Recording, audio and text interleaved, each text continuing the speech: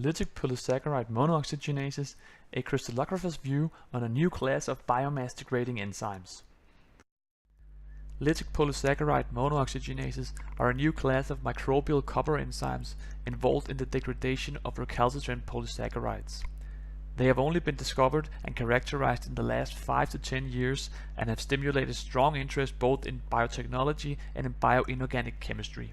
In biotechnology, the hope is that these enzymes will finally help to make enzymatic biomass conversion, especially of lignocellulosic plant waste, economically attractive.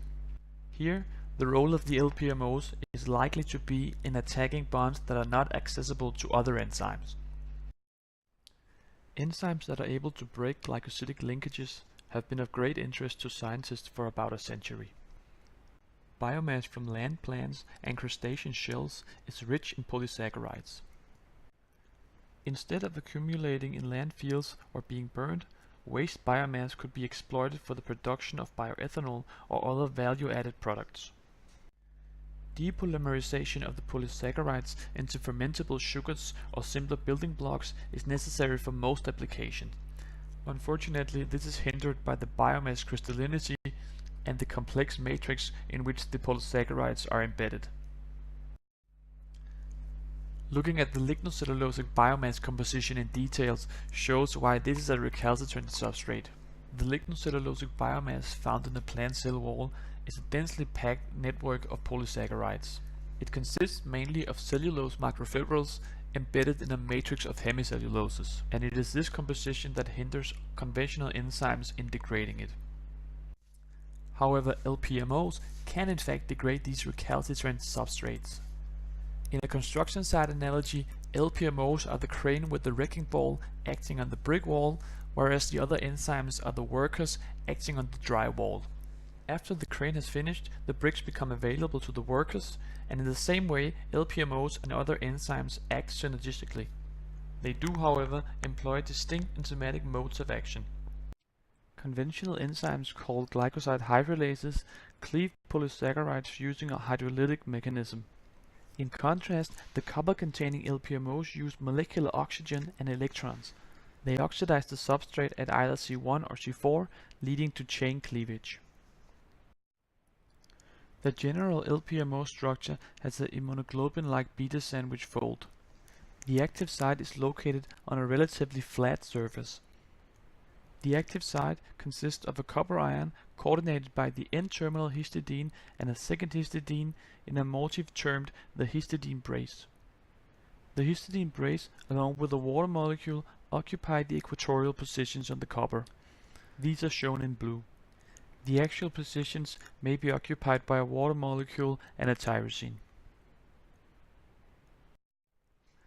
LPMOs are classified into 4 families.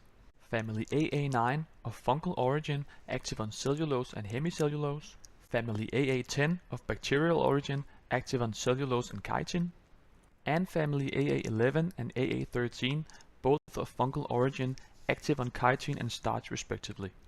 For all of the substrates, it has been shown that the addition of LPMOs boosts the activity of the glycoside hydrolases. The general consensus is that the flat surface of the LPMO interacts with the flat surface of the crystalline cellulose. Here they bind molecular oxygen, and when electrons are provided, they can cleave the substrate, making it more accessible to glycoside hydrolases. Still, the details of this is not well known. A lot of scientific progress has been made in the field of LPMOs since their discovery. One of the most significant discoveries was that LPMOs are monooxygenases rather than hydrolases. That is, they incorporate one oxygen atom from molecular oxygen into the substrate. This was discovered in 2010. Closely after, an even significant discovery showed that LPMOs are dependent on copper to do so. It was also found that some AA9 LPMOs contained aromatic residues on the surface, reminiscent of other cellulose-interacting proteins. Around the same time, it was found that an oxidoreductase called cellobiose dehydrogenase could act as an electron donor for the LPMOs, and recently it has been found that a number of oxidoreductases can donate electrons to the LPMOs. Another turning point came with the discovery of LPMOs active on oligosaccharides and hemicelluloses. Structural studies of these showed active site surfaces that were more contoured compared to the flat surfaces previously observed for LPMOs. Especially structural studies of an AA9 from Lentinus similis were significant as the first LPMO carbohydrate complex was obtained. The Lentinus enzyme was obtained in complex with cello oligosaccharides. Cellohexaose was stacking with a tyrosine on the surface as well as with histidine 1 in the active site. It made a number of hydrogen bonds around the active site. Also cellotriose was found in the active site stacking with the histidine 1. Both substrates were well defined and residues important for binding oligosaccharides were identified.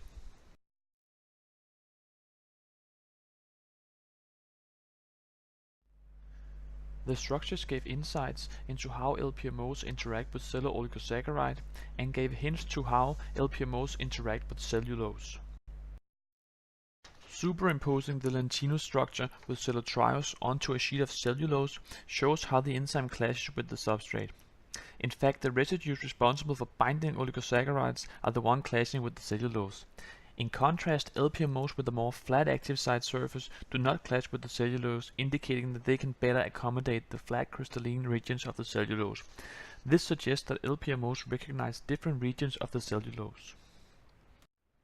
The structure also showed that the substrate, upon binding to the enzyme, displaces the actual water. This induces binding of chloride in the equatorial position just beneath the glycosidic bond. Since chloride is a mimic of superoxide, this gives insight into an activated enzyme just before substrate cleavage. A major finding was also made when the starch-active AA13 LPMOs were discovered. Especially structural discoveries of an AA13 from Aspergillus oryzae was significant. Crystals of the enzyme were initially obtained in zinc-containing conditions. These were used to obtain crystals in conditions devoid of zinc, from which a copper-bound structure was obtained.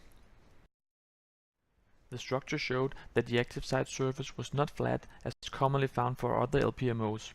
In fact, a shallow groove was spanning the active site. This is shown here in magenta.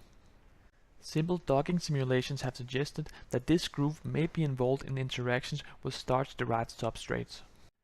AA13 interactions with multi-oligosaccharides have been reported, however not in the active site nor in the surface groove. The LPMO active sites are structurally remarkably similar for all families, regardless of origin, of specificity, or of site of oxidation.